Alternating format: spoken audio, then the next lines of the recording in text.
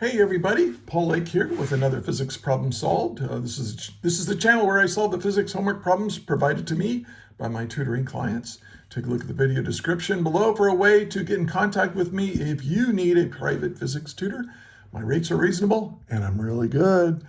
So, hey, and if you find this video helpful, please give it a like, share it with your friends, and subscribe. Of course, that's what everybody says. So let's get to today's problem. It's a Coulomb's law problem. We're going to determine the electric field from 2 point charges. And you should be familiar with Coulomb's law and what an electric field is, especially due to point charges. And but if you're not that familiar with it, well, I'm going to explain it as we go, so it'll be fine. So let's go over the problem. It says, determine the direction and magnitude of the electric field at the point P shown in the figure below. The 2 charges are separated by a distance of 2a. So you can see there's A here and A here, so that's 2a. And point P is on the perpendicular bisector of the line joining the charges, a distance x from the midpoint between them. Express your answers in terms of x, a, and, I guess this didn't, for some reason, I don't know, and q. Okay, so we have to include q in our answer. And nothing else, right? Or maybe constants of nature and stuff like that. But there we go. All right, so pause the video right now, try to do this problem yourself, and then restart it, compare your work with mine, help yourself get unstuck if you get stuck, or just correct your work. So, and that's how it goes. Let's write down what's given. What are we given? Well, I'm going to kind of redraw this. I've got, because if this was in your textbook, you would hopefully draw this. We have positive q here, and it's a distance a. And then we have negative q right here, which is also distance a. And then x over, we'll make this the, here's point P. And what are we trying to find? What is the electric field at this point? Okay, we're going to use Coulomb's law to do that. All right.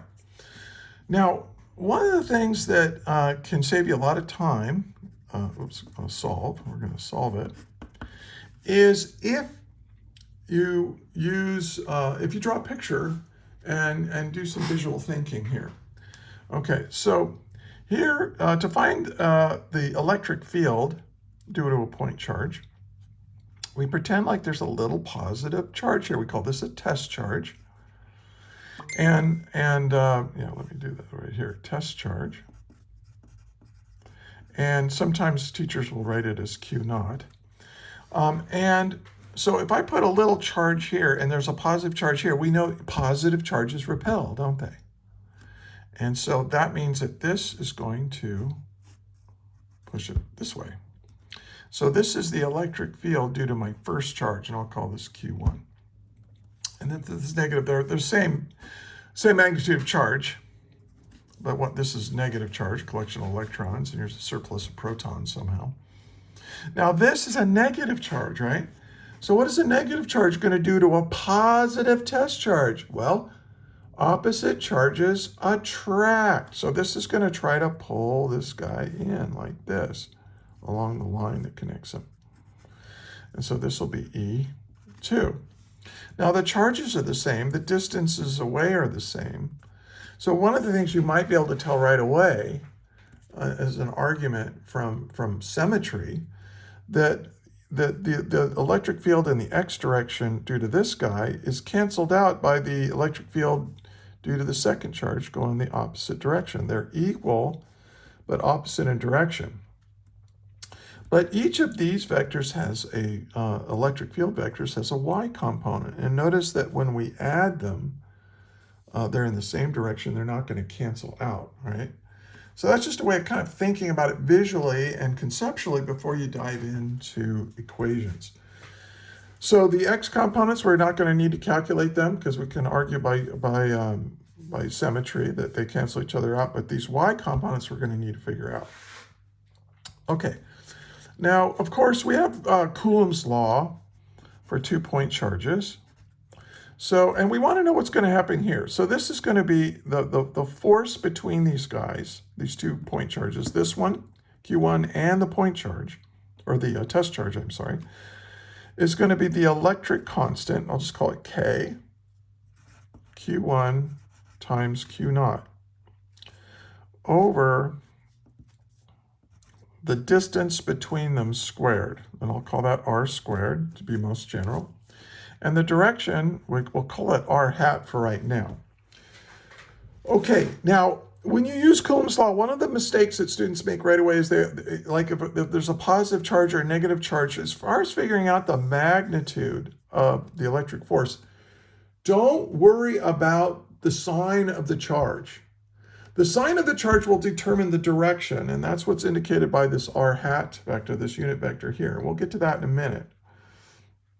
But don't worry, so if I have a negative charge here, I'm not even going to put the negative there. I might put it with this negative R hat, but I'm not going to include it in here. Now, what is electric field? Well, electric field is the electric force divided by the test charge at that location in space. Okay, and this is what I'm trying to find. Now, this overall electric field vector is the sum of these 2 vectors, E1 and E2. So it's going to be E1 plus E2.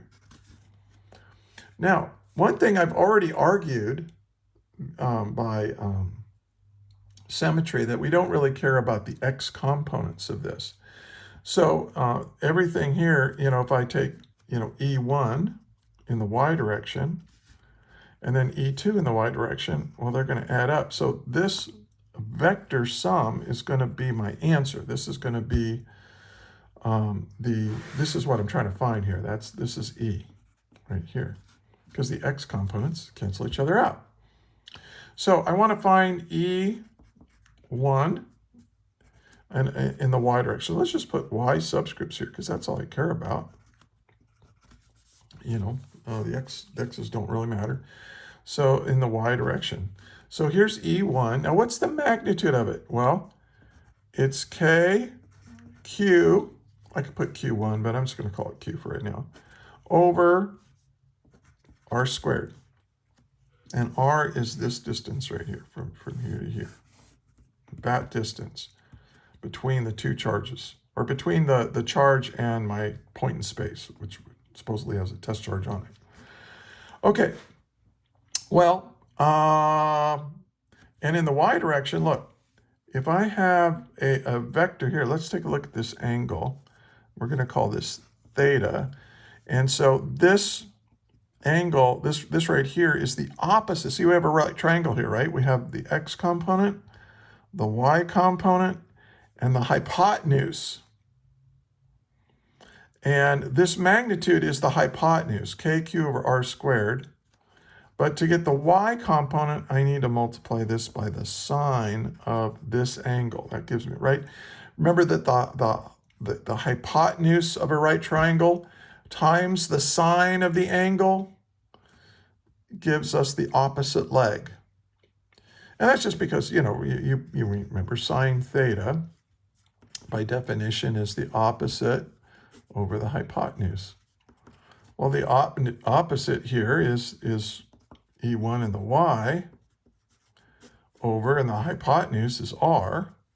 So E1 in the y is just r sine theta.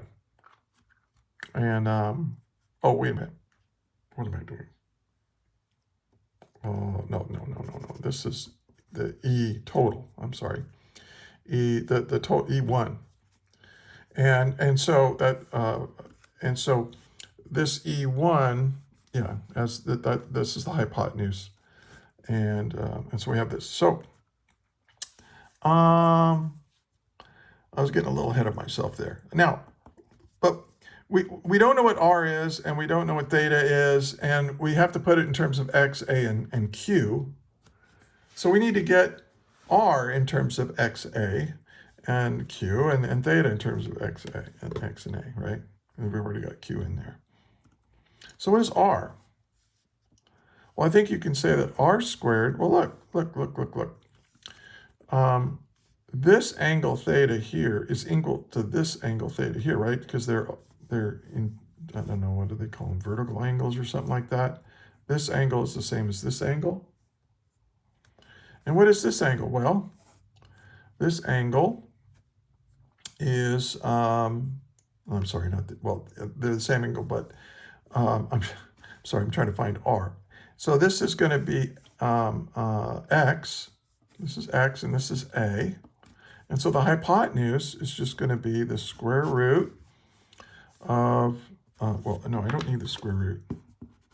Sorry, you get, when I make these videos, I make little mistakes. And if I tried to re-record them, I just make more little mistakes. So you just have to live with them. Sorry, but this is Pythagorean theorem, right? This squared equals, and I want it in terms of R squared. Ah, okay, good.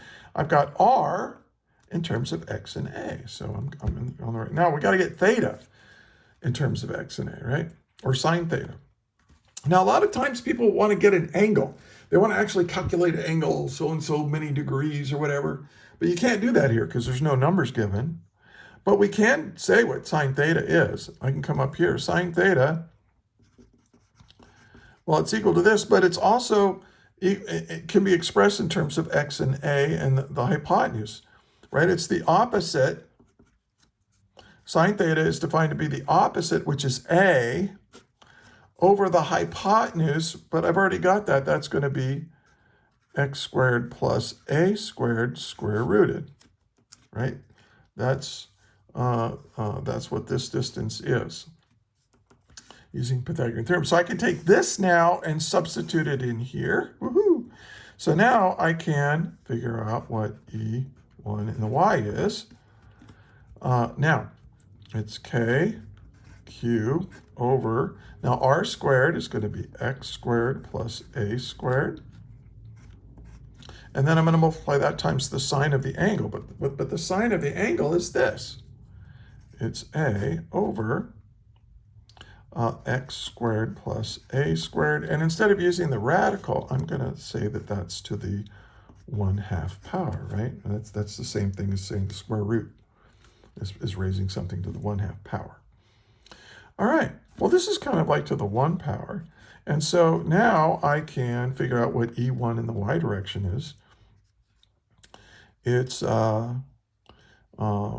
KQA over, now this is to the 1 power. And so remember when you have two things that are the same, you just add the exponents together, right? So what is 1 plus 1/2? Well, it's 3/2. So this is going to be X squared plus A squared to the 3/2 power. All right, and that's it. That's E1 in the Y. Oh, but what about that? So that gives us this guy, which is the same as this guy. But what is E2? Well, E2 is going to be the same. It's just, look, it's the same angle, it's the same distance, same amount of charge. Now, yeah, it's negative charge, but we already compensated for the fact that it's a negative charge by saying that the electric field is coming towards it, right? So we don't need to worry about that negative sign. And so this is also equal to E2 in the Y. So we don't need to repeat all that work. Well, we know that it's E1 in the Y plus E2 in the Y, and they're the same. So we can just take this and multiply it by 2.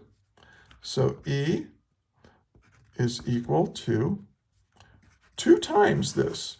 2 times KQA over X squared plus A squared to the 3/2 power. And now, what direction is it in? Well, you can do it here. Now, if you say this is the X direction and this is the Y direction, right? If we make this my my axis system, well, this is going to be in the negative J hat direction. That's one way of putting it. Or you could just say down or negative Y direction. You know, sometimes they use a Y with a little hat on it. That's another way of expressing a unit vector.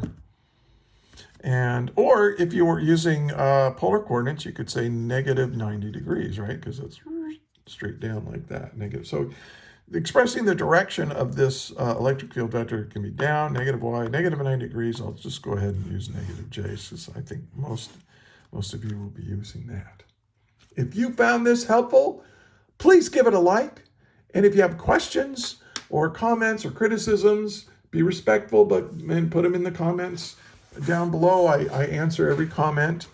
My channel is not that big, so but I don't know. I enjoy doing these things. So, and hey, thanks for watching. Good luck in your journey as a physics student. And hey, share this with a friend, and like the video and share it. And until the next one, may the net force be with you always. That is all.